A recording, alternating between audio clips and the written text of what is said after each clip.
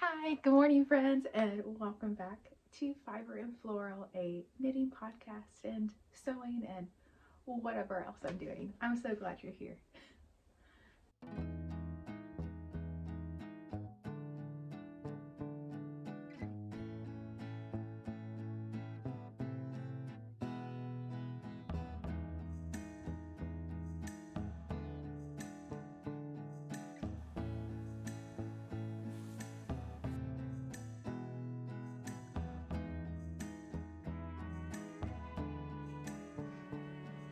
I am Becca, and like I said, I am a knitter, sewist, multi-crafter living in Berlin, Germany. I am a bilingual educator by trade, and we've lived here almost 10 years now. I've never met a craft I didn't love. I've never met an art form I didn't love. I am also an aspiring children's book writer, a hobby guitar player.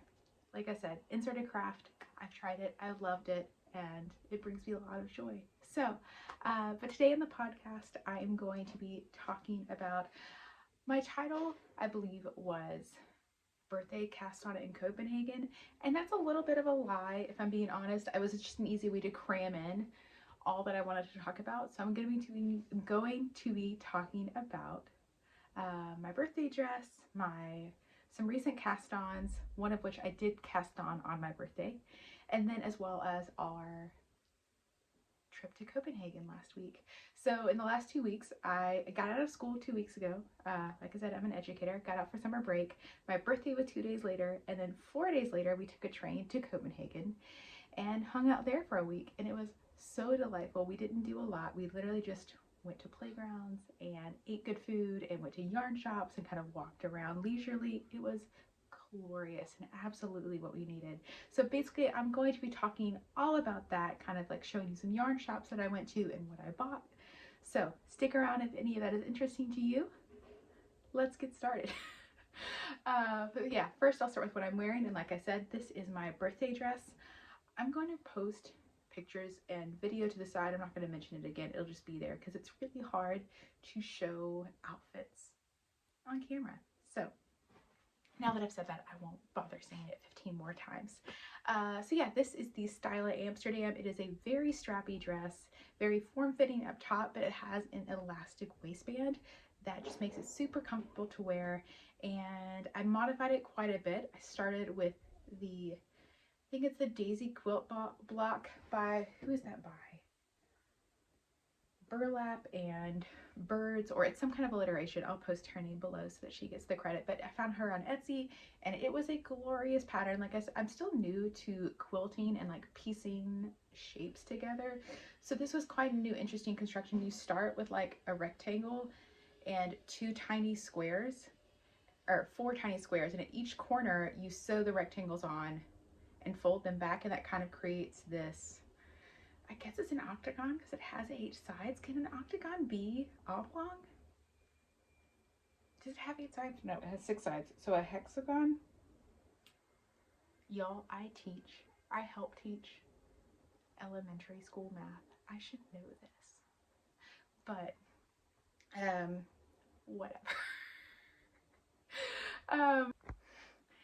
Anyways, I did the 10-inch block. It comes in 4 different sizes, and this was perfect for my bust shape.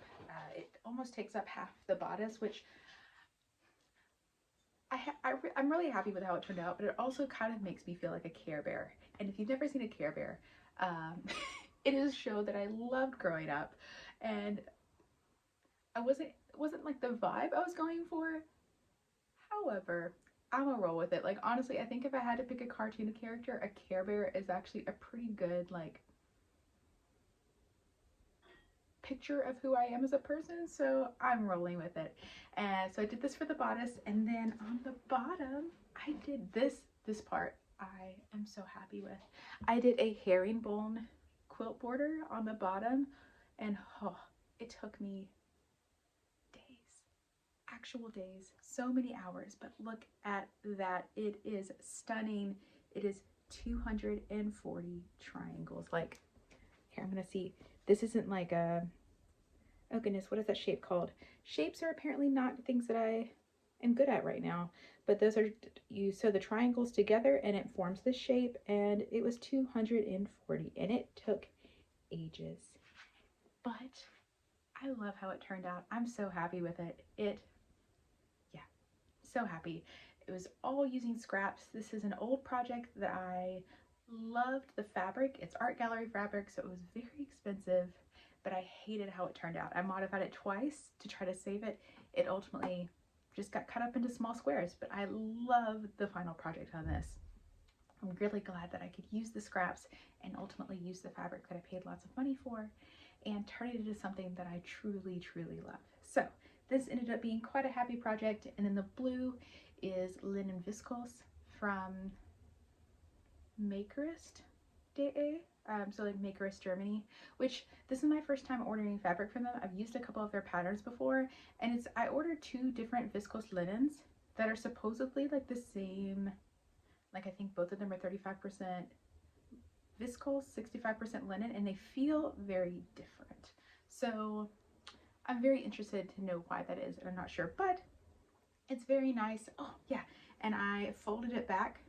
I didn't want any of the back quilting. I found out for my body, I just don't like the feel of all the seams together. So the bodice is lined, and then, so I don't feel any of the quilt blocking on my bodice. And then I folded up the hem to cover the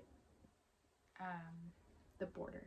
So it's all enclosed. Every single seam is either French seamed or lined, and it's just as pretty on the inside as it is on the outside. And yeah, took a very long time, but that is what is expected of a birthday dress, and it feels very, very fancy and very me all at the same time, even if it does make me feel like a Care Bear. So, and then because I'm super extra, I also made my girls matching dresses for our vacation, which we didn't end up wearing all of our dresses at the same time. I'm not that extra.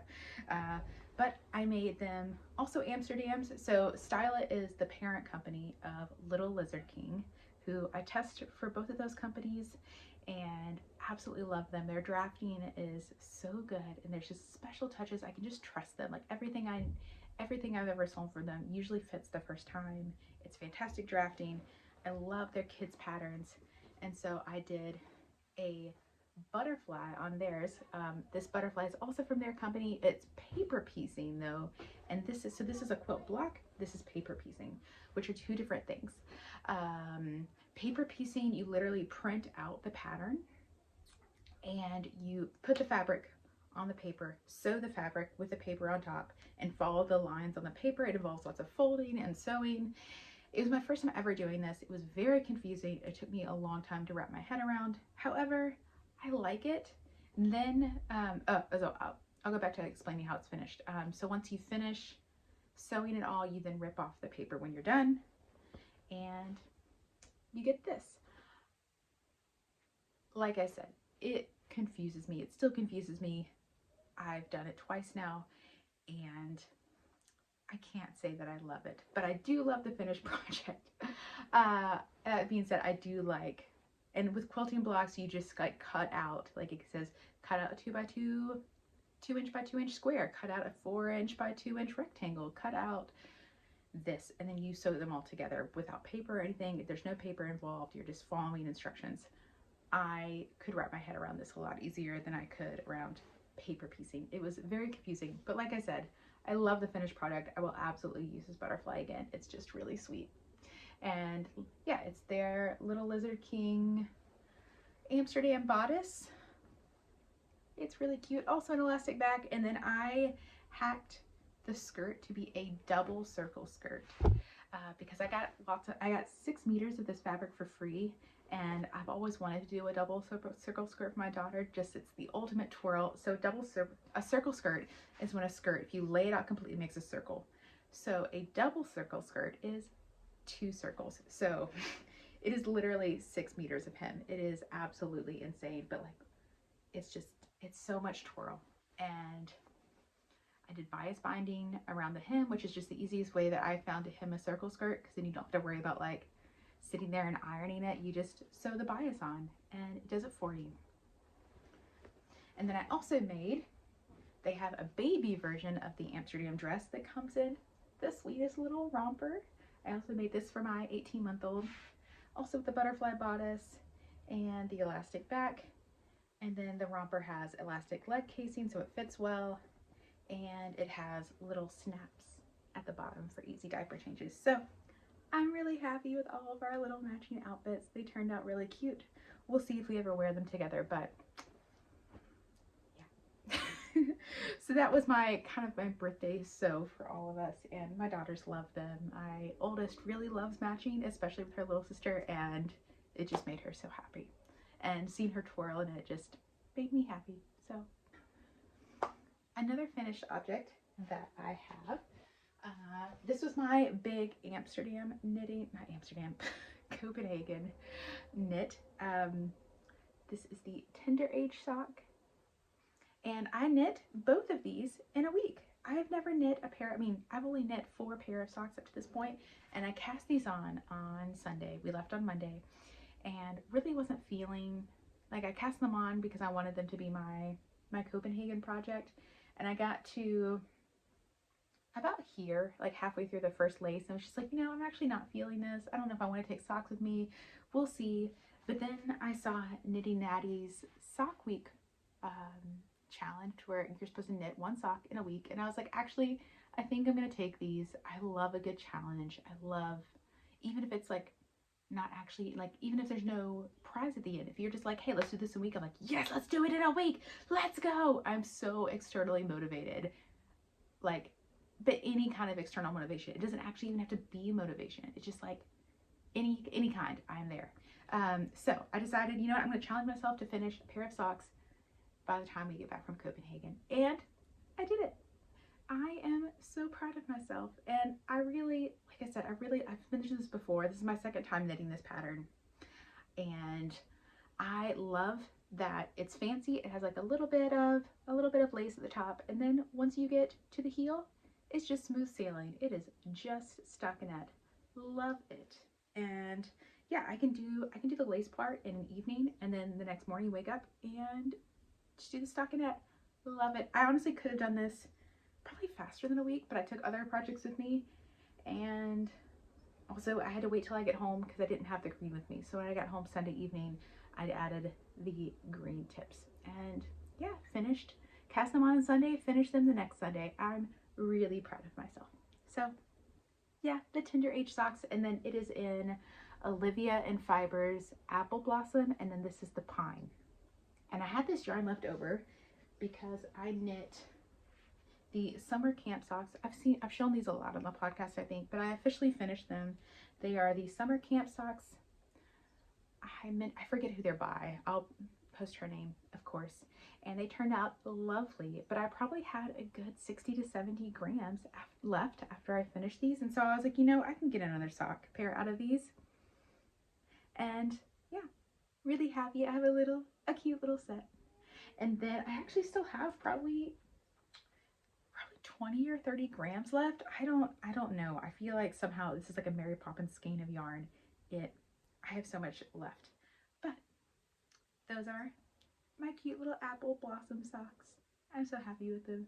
Anyways, the other whip that I took to Copenhagen was the Poet Scarf by Sari Nordlund, and I'm almost done. I'm almost on chart 4, which means, yeah, I'm probably a good hour or 2 away from finishing this. It is just a simple little, she calls it a summer scarf. She lives in Finland, so I guess she wears scarves in the summer. I don't, but I think it'll be a nice fall scarf to kind of wrap around. And it is using Linen DK by Woolentwine. I also think I mentioned this on the last podcast, but it's coming along so well. I'm really excited to block this and see just that lace just really just bloom. It is stunning. I love the little leaf pattern. I would call it a leaf. And I'm really happy with it. And it's quite intuitive to me now. I only got, I've gotten to the point where I know the pattern. I know the lace pattern so well at this point that I can like just look and see how the row begins, and then I don't have to look until the next row. So it's become a pretty mindless knit. I do have to keep my phone close by, so it's it's not like knitting 20 centimeters of stockinette on a bodice, or 10 centimeters. but it's easy enough and I'm enjoying it.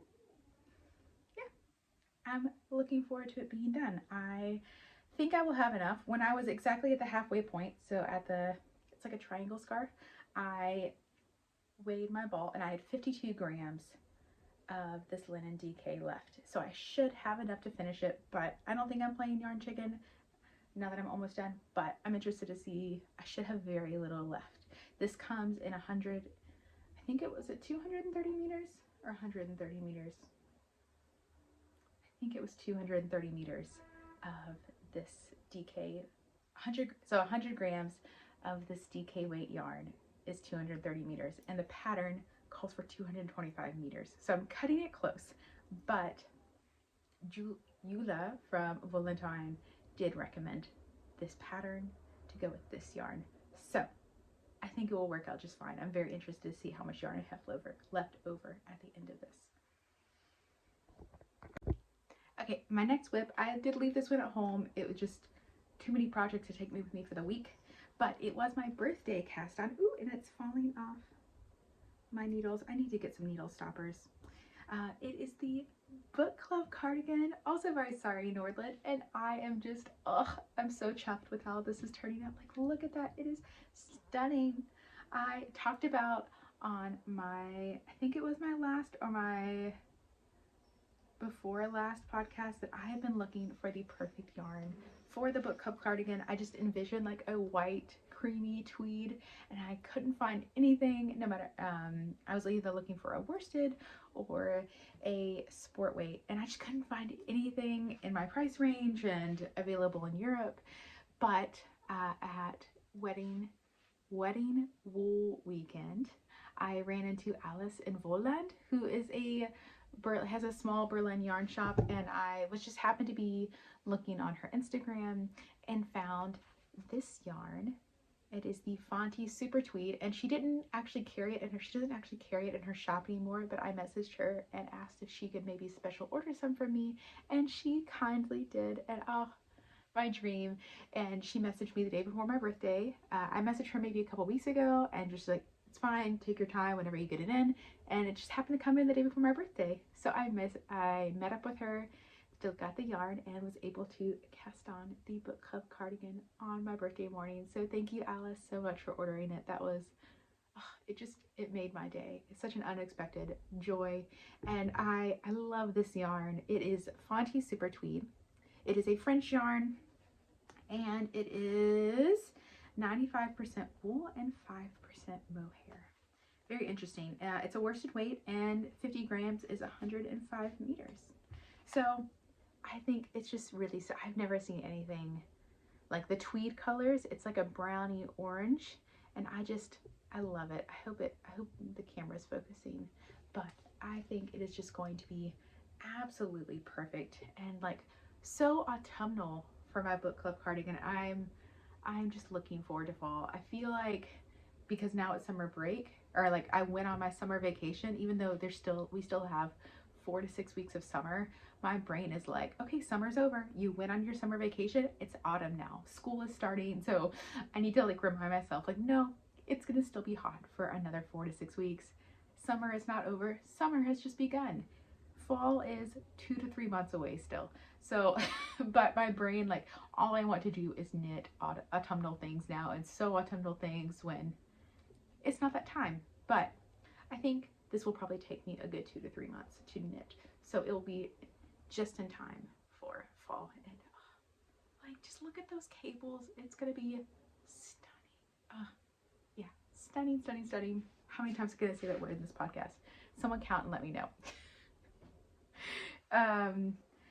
And I think, my last whip, I'm gonna save for when I talk about the yarn stores that I visited in Copenhagen. But I do have one more sewing whip that I'm working on, and it is the Afa, depending on what accent you're using, Afa Quilt Tote by Bethany Lynn Makes.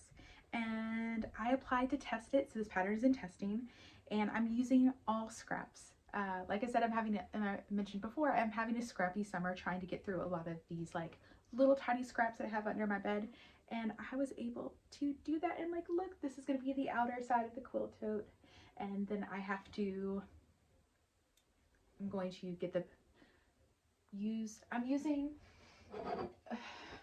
so instead of pinning I feel like my brain, I'm just all over the place. I apologize. Maybe I should have like,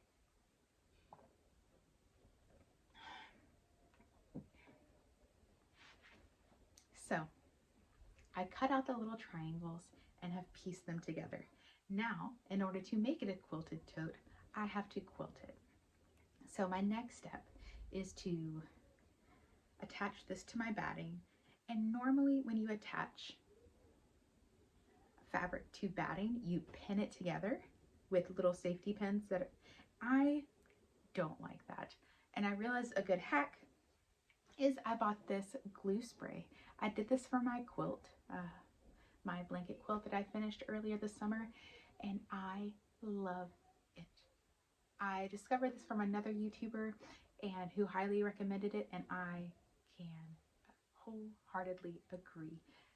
It just makes quilting, the worst part of quilting for a lot of people is sewing the batting to the fabric, and this makes it so much easier. No pins required.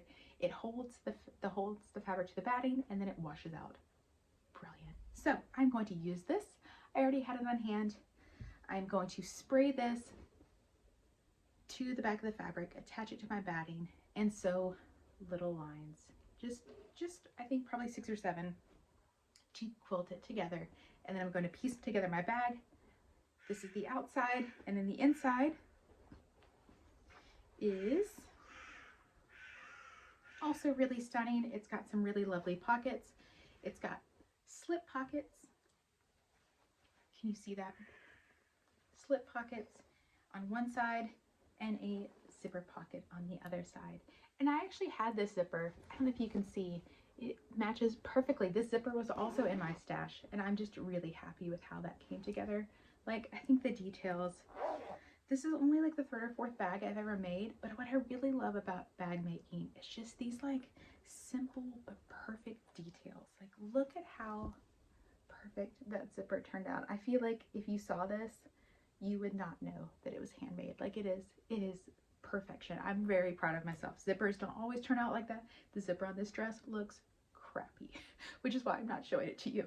But this one turned out so well. I'm really happy with all the little details. I added like just a little bit of orange binding. That's also the same orange from my quilt top.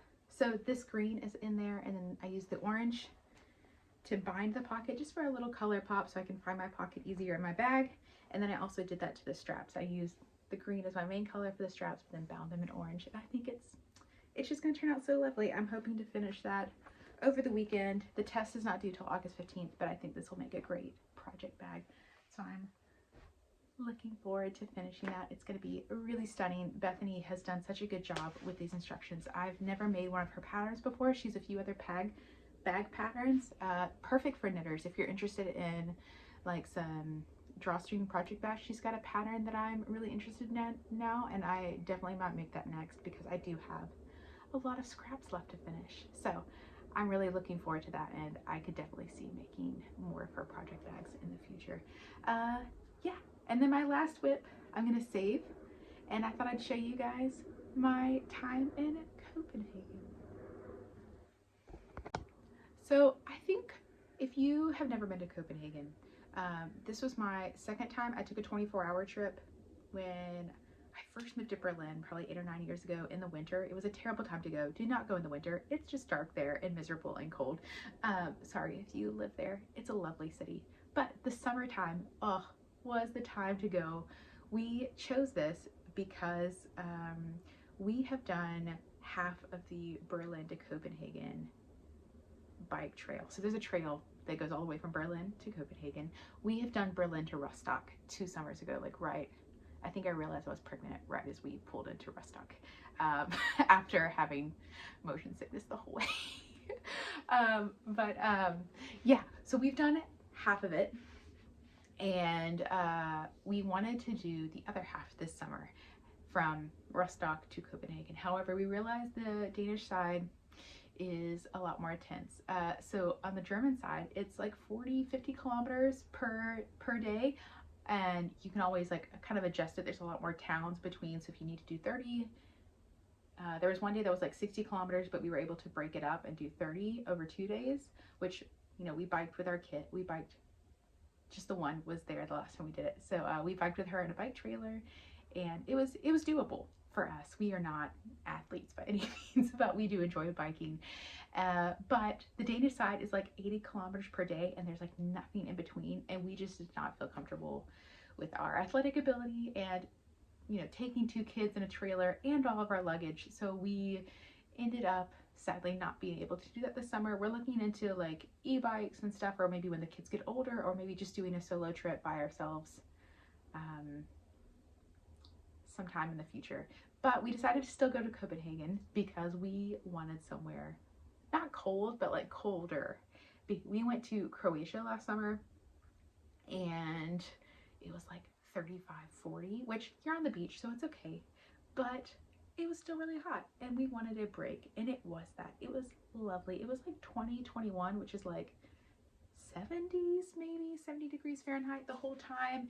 And so like still, you could still wear your summer clothes, but like a light jacket in the mornings. It was cool. It was delightful. And we did, if you were going to Copenhagen, I would recommend maybe 3 or 4 days tops. We were there for 6 days, but that allowed us to just kind of like chill and, you know, leisurely walk around.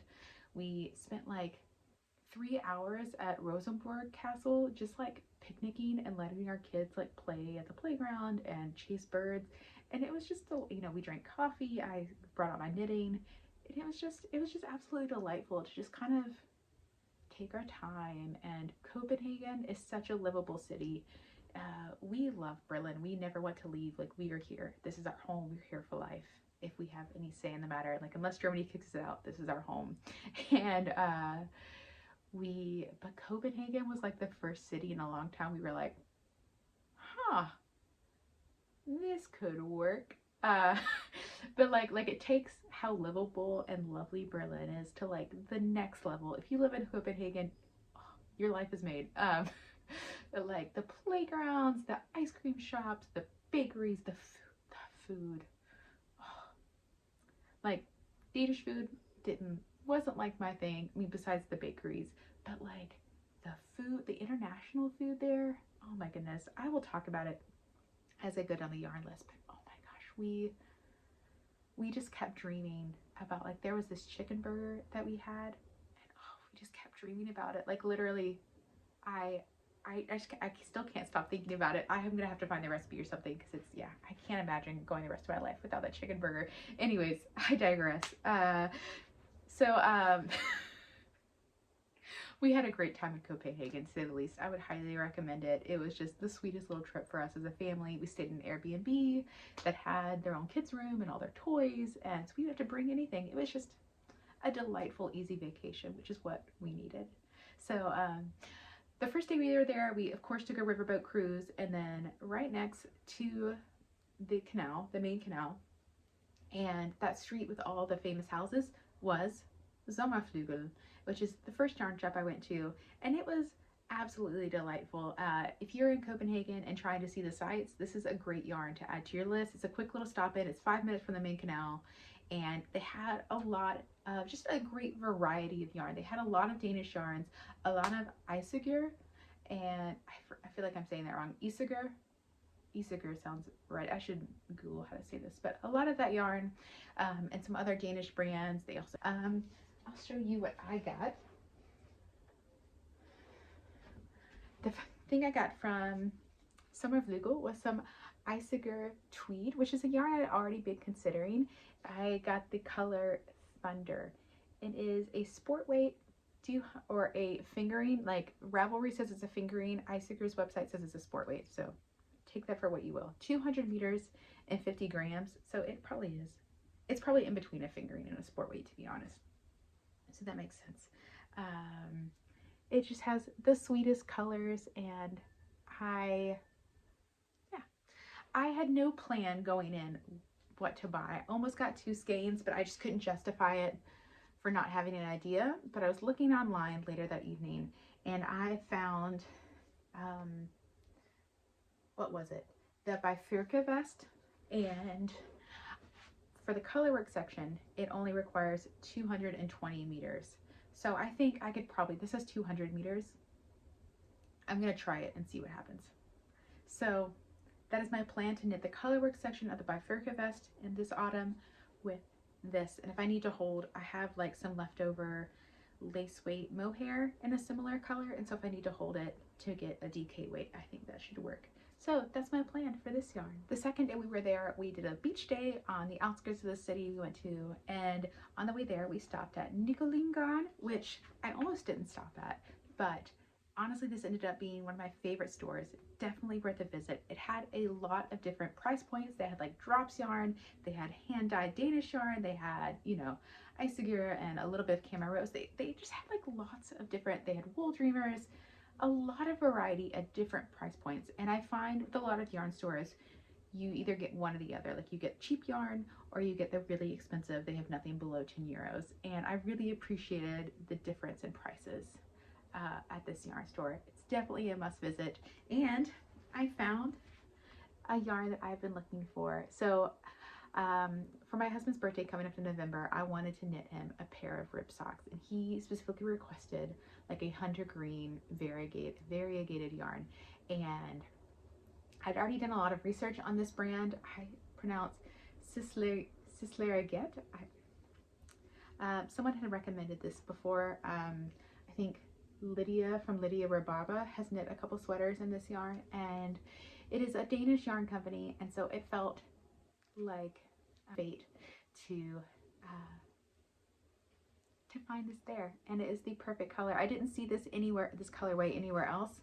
It is the colorway Wild Garden, which fits really well. It reminds me, my husband spent a lot of his childhood hiking the Appalachian Trail, and this just felt very foresty to me, and it felt really true to who he is as a person. So yeah, I think it's gonna be really stunning and like a simple like vanilla rib sock. I'll probably like use the summer camp socks, or I'm still waiting on my Summerlee sock book to arrive, so maybe if she has a rib pattern, I might try one of those.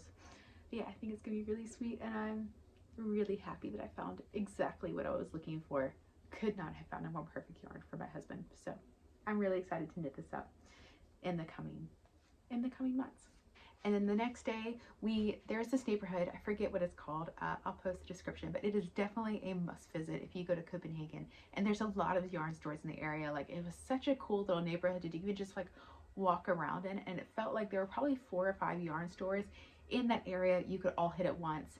And so we started off with Tante Gron, and which is just it was a really cute, really small yarn store. It felt very cozy. I loved the vibe there. It just felt like you could sit down in there and knit. And they had their own house yarn. They had a lot of Isigur, a lot of Camarose. That was like the place where I saw the most Camarose, and I wish I had bought some there. That was the only brand that I really wanted to try out that I didn't get to buy, because there was just, I couldn't find it anywhere except in the store. So if you're interested in Camarose, they didn't have a lot, but they did have some, and I do regret not buying something there. But I did buy some Isigur Alpaca 2, which I think it's a fingering weight. It is 50% alpaca, 50% wool, and 250 meters for 50 grams. And I had the hardest time deciding between this colorway and the green, because it just feels like adult rainbow. Like, it's a tiny little bit variegated. I hope that's focusing. And yeah, just the subtle color difference that I really love. And I got 2 skeins. That being said, I don't know what I'm going to make with it. I'm leaning towards, I don't have any gloves, especially like I would love some fingerless gloves for work. I need like really tough ski gloves for biking to work, but once I get to work, I hate those gloves. And so I think having like a pair of hand knit fingerless gloves where I could still like help the kids or do whatever I need to do on the playground, but still keep my hands warm. So I'm leaning towards, like, I think this would be really lovely, maybe just like a simple stockinette glove. We'll see what happens. I have a feeling I might do some cables, but that's the plan for these, maybe, is some gloves. So I think that'll be really lovely and go with a lot of my winter coats. So yeah. Right down the corner from Tantagrun is Brunstrik, and we happen to be in like another part of the city, and I knew we were going there later that day, and I happened to see like a cargo bike with their name on it, and this woman biking with her kids in the cargo bike, and I was like pointing, and I just got so excited. I was so unexpected. I was like, oh, that's a yard store that we're going to. Oh my gosh. And she saw me and totally judged me. It was just like, what are you pointing at me for? Oh my gosh. Which I would have the same reaction if I just saw this random woman pointing at me on my cargo bike. But I saw the cargo bike in front of the store later, and that woman, and it was, you know, I didn't acknowledge it. I hope she didn't remember it was me. But went in the store. This is also, I didn't buy anything from there, but I feel like this is a yarn store. I loved it. I took so many pictures. It was just stunning. It's so chic. They have these project bags that I am absolutely obsessed with. And they were made of like, of real leather, and they were such high quality, and unfortunately they were significantly out of my price range, but I took some pictures, and I would love to recreate these in the future. I'm really into bag making at the moment, and I really enjoy it, and so I would love to kind of figure out how to make something like this, because like I loved that they kind of open up, they hold your needles on one side, 3 balls of yarn in the other, and then like they had like a zipper in the middle for like other things, like maybe like a embroidery needle or whatever you needed to finish. And I just thought it was absolutely brilliant. I want to make a project bag. I love that it kind of like unfolded for you like a little flower. Loved it. They had a whole bunch of, how is it called? Sislergit. Someone tell me how to pronounce this word. So if you're interested in that brand, another great place to visit. Just a very stunning, a very beautiful yarn store. Definitely worth going to. And close by were 2 of our favorite places that we went to in Copenhagen, just not yarn stores. Was one, this playground, and it is called, I'm looking at my notes, Legio Ladsen, which I think just means playground, and then Skydehaven. I'm gonna put the name down here. Our favorite playground. We went there 3 or 4 times while we were there. It is amazing. If you have kids and you go to Copenhagen, please go. It has an ice cream shop, it has bikes, it has a water playground, it has a football pitch. It just, you know, things for like all ages, different things for all ages. They have staff there who do like games with the kids. They won't watch your kids, but like they do a couple games here and there, or they like lead a football game. And they have ice cream, they have coffee, they have bathrooms, they have swings. It was fantastic. We went almost every day once we discovered it. It was incredible. And then also really close to there was Katie Knits recommended Mikkeller Brewing to me, and we are very big beer fans. But so we went before dinner, so it would be, it's very kid friendly, but we still went before the dinner crowd came in. And they also happen to have such good American barbecue. This is one of the biggest things we miss. And you can find barbecue here in Berlin. There's one place we really like, but still, we get excited about barbecue. And when I showed up, they had actual Alabama barbecue sauce. I'm originally from Alabama. I know I don't have a southern accent really, but I miss Alabama barbecue sauce. It is like a white vinegary. I don't even know how to describe it except for pure joy. Heaven. They had it. I have never seen white barbecue sauce outside of Alabama, and I was giddy. Like I felt like I had drank alcohol before I'd even drank, because I was just so happy, like skipping around the store being like, this is the best moment of my life. The brisket, oh, it was delightful. And then the beer was also great. At the brewery we had like a strawberry milkshake IPA, and I'm still thinking about that beer. It was really great. And then to go, we got, I'm just going to show you this beer because I just love the label. We got a double vanilla scoop shake stout and barrel aged. And look at this label. It's so cute. This is the most expensive beer we've ever bought, but it was absolutely worth it. It was so good. Anyways, so if you're in Copenhagen and like beer, definitely check them out, or you like barbecue. It made me so happy. Katie, like I said, I told her that I owed her a skein of hand-dyed yarn because it was best food I've had in so long. It made me so happy that I got to have Alabama barbecue. Anyways, so I feel like my accent is coming out now that I've mentioned that I'm from Alabama. I'm gonna go back to my normal way of talking.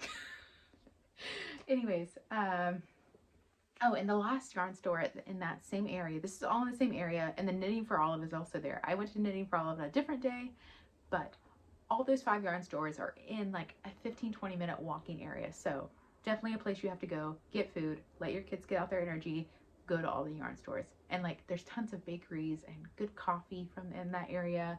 I'm not going to bother to name everywhere we went, but just a really lovely area you have to go to.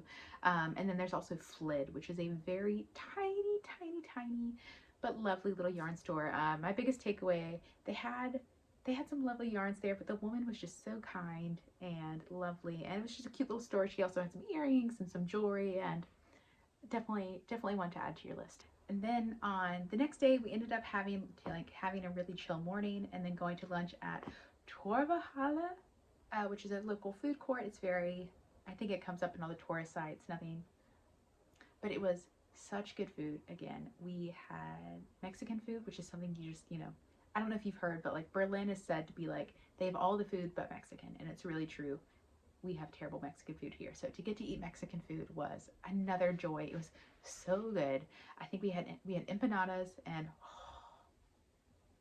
thank you whoever, I forget who recommended this to me, but it was incredible. So we went there, and then right across the street was a fabric store. It wasn't on my list, but I was like, hey, it's a fabric store. It's fate. I have to go.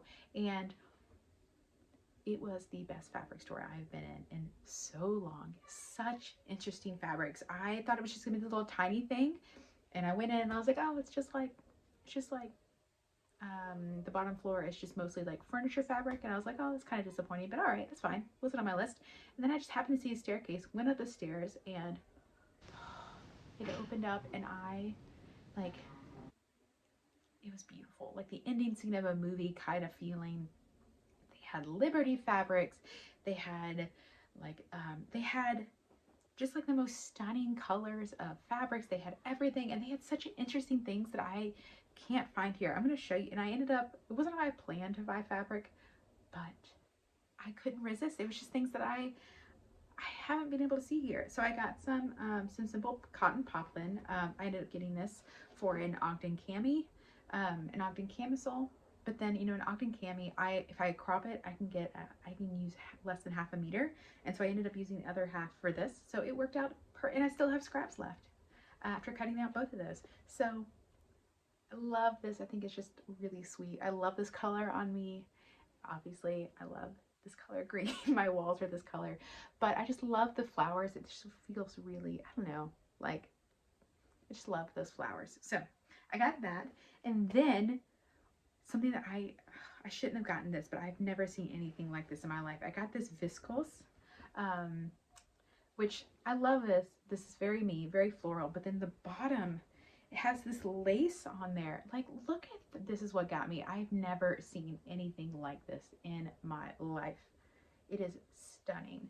So I got 2 meters, and I think I'm going to do an ivy, a chalk and notch ivy set, like I'll do a gathered skirt for the bottom with like the lace on there, and then for the top I will do like the short sleeve crop top. So it's like a matching set. It kind of looks like a dress when you're wearing it, but then you can also wear them separately. And I hope there's enough. I have bought 2 meters, and yeah, I've been wanting to make a matching set with the ivy dress and set, and I think this is just going to be perfect. Like, look at that. I paid way too much for it, but it was just so interesting. I could not. And then they also had some French Anglais. I hope I'm saying that right.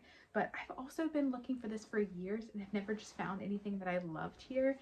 And I instantly fell in love with this. And I think I got a meter. It has the scallops on both sides, and the lace is just lovely. I think I'm going to make some kind of short sleeve top with it, and I'm hoping to hack it where like a crop top that I can wear with skirts. And so like I will do like where the crop hits here, and there's like the scalloped edging, and then I will also do like a short sleeve skirt where there's scallops around the sleeves. I don't know I mean, I've only been home 3 days, but the part that's holding me back is the neckline. I don't know how I'm going to do that. I'm probably gonna have to get some white binding. I think it'll probably just be a simple neckline. I'll need to do some kind of opening in the back, so maybe like a button closure or a tie. I just need to figure out that back situation. I have a couple patterns that I can use, but I think it's gonna be really lovely. I looked for my rehearsal dinner for my wedding. How long have I been married? 6 or 7 years now? No, less than that. It doesn't matter. I looked for a white top like this and could not find anything. And so I'm really excited to finally have something. This would have been great to have 6 years ago, but I couldn't sew or knit then. Well, I guess I could knit, but not very well. So I'm looking forward to seeing how this comes up. I have always wanted a white lace top and a white eyelet top, and I think this is just going to be stunning. And so I'm really excited. I went in that fabric store. It's called Shawl 2000. Highly recommended. It had they had things I've never seen like this. This is just stunning, and I'm so excited that I wandered in there and just took a chance. And then also really close to the food market is another yarn store called Ulstedet. I'm looking at my notes because these names. It was okay, to be honest. They had a lot of Gepard, which is a brand I had never heard of before, and that's pretty much all they had. It was fine. I mean, if you're already going to Torvahala, it's worth checking out, but I didn't buy anything. I didn't stay for very long. A raving review, I know. But there was nothing wrong with it. It was lovely. It just, I wasn't interested in Gepard yarn, and so it didn't really have anything for me, but it was lovely. And yeah, like I said, it's right there, so it can't hurt to just stop in. Then, saving the best for last, I went to Knitting for Olive on our last day there, and I saved it for our last day because when I had mentioned going to Copenhagen before, Katrine, who I met through this podcast, was also like, I'm going to be in Copenhagen, and I was like, oh my god, I'm also going to Knitting for Olive, and I was like, oh my gosh, what if we just happen to be at Knitting for Olive at the same time? Just, you know, happen to be walking by. And so we planned to meet at Knitting for Olive on Saturday. And so I got to meet her in person. It's just crazy that, yeah, we met through YouTube and then got to meet in person in Copenhagen. So yeah, we did some yarn shopping together, had a quick chat, and I ended up buying yarn for my Christmas sweater. Here, I'll show that first. I mean, you've already seen this. It is the Holly sweater in their yarn. I ended up getting cream merino and marzipan mohair, and then I already had all the other yarns. I am to the red baubles, and I hate every minute. I think I mentioned this with when I did my daughter's sweater. I'm fine with color work, but like it's 3 color work and doing baubles. I hate it so much. I hate it so much. I don't want to do it. I sat there for like an hour last night doing just like maybe even half a row of baubles and was just like, this is miserable. It's gonna be beautiful. I hate every minute of it. So I'm gonna get through it. My goal is to finish the color work section before I go back to work, because I don't have any just easy stockinette knitting right now. I've got my lacy poet scarf, and I've got this, and I've got my book club cardigan, which is more of like it's on snooze right now until I finish the poet scarf. But I want just a simple stockinette that I could do at 6 o'clock in the morning while I'm drinking my coffee and not have to think. And I don't have that right now. And it's fine. I'm gonna be close. I just gotta get through hours and hours of miserable stranded color work, but it's gonna be lovely. It was really fun getting to visit the yarn store in person. I spent probably 30 or 40 minutes just like looking through their knitted garments. And so they specialize really, like they have some women's garments which were interesting to me, but they have like hundreds of patterns for kids. Probably not hundreds, but a significant amount of garments for kids. And I just sat there on the rack looking through all their garments. I found the blueberry blouse, which was so interesting. I definitely want to knit this for one of my girls. It is stunning, and I really want it for me. I asked the woman there if they could make this in my size. I think it's just such an interesting construction. I would love to knit this for my kids and then figure out how to knit it for myself. It is so cool. I love that it's knit sideways and like it has like this flowy blouse feel. I've never seen anything like that. I thought it was brilliant. So that's added to my Ravelry queue. I loved it, and it was just a really cool experience, seeing all the swatches, you know, getting to see the colors in real life. I mean, my local yarn shop has them, but just seeing them all lined up like that was really lovely. I definitely fell in love with the dusty deep blue color. I don't know if it's a color that I would have picked like looking at a computer screen, but in person I saw a couple garments knitted with it, and I've never really knit with blue, and I would love a blue sweater. So I think maybe early next year that might be one of my projects, to knit something in that colorway. Love it. So yeah, I think that was that 6 or 7 yarn shops? I don't know, but love my time there. Now that I'm back, I am very much ready for fall projects. I want to knit all the autumnal things and wear them right now, but I think my next podcast will probably be focused on a lot of autumnal knitting. I really want to cast on. It has taken all of my energy not to cast on another project. I've been obsessed with the Magic Toadstool socks by Stole Knit, and I think that is actually going to be, I've mentioned the lavender bloom socks, but like I said, before my Copenhagen trip, I was like, yes, the lavender bloom socks. And then we got back from Copenhagen and I was like, oh no, it's fall. I have to do something fall, autumnal. I have to knit the Magic Toadstool socks. Now's the time. And so this also seems like a really easy, like a good beginner friendly colorwork project.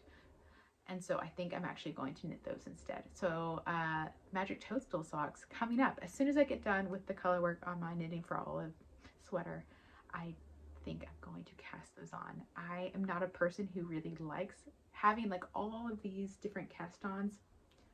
Really stress me out. Oh, I also started, you can call it starting. I literally did the cast on and then was like, I'm not feeling this anymore. I don't want to do this. I cast on. This is the Wildflower from the Mindful Creators. This is her Wildflower sock, and I decided to cast on the Brighton beanie by My Dear Puppet, which I think is going to be lovely in this colorway and match a lot of my winter scarves. Like, I have like a gray winter coat, a brown winter coat, and like a blue winter coat, and I think like this on top, this is my scarf, will just be perfect. But yeah, I did the cast on and then was like, I'm not feeling this anymore. This is also my birthday cast on. I forgot about that one.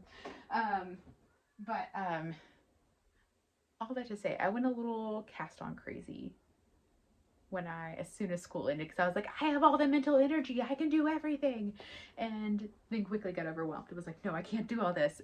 So all that to say, I'm not someone who likes having a lot of projects going at one time. I feel like my brain gets really messy, and I like 1 or 2 projects so I can kind of pick what I'm feeling, but once I get above that, it really stresses me out. So the fact, I feel like I already have too many projects going now, and I don't like it. So I need to finish them before I start anything else. But as soon as I finish the color work and I finish my shawl, the toadstool socks are getting cast on, and I'm really excited about it. So stay tuned.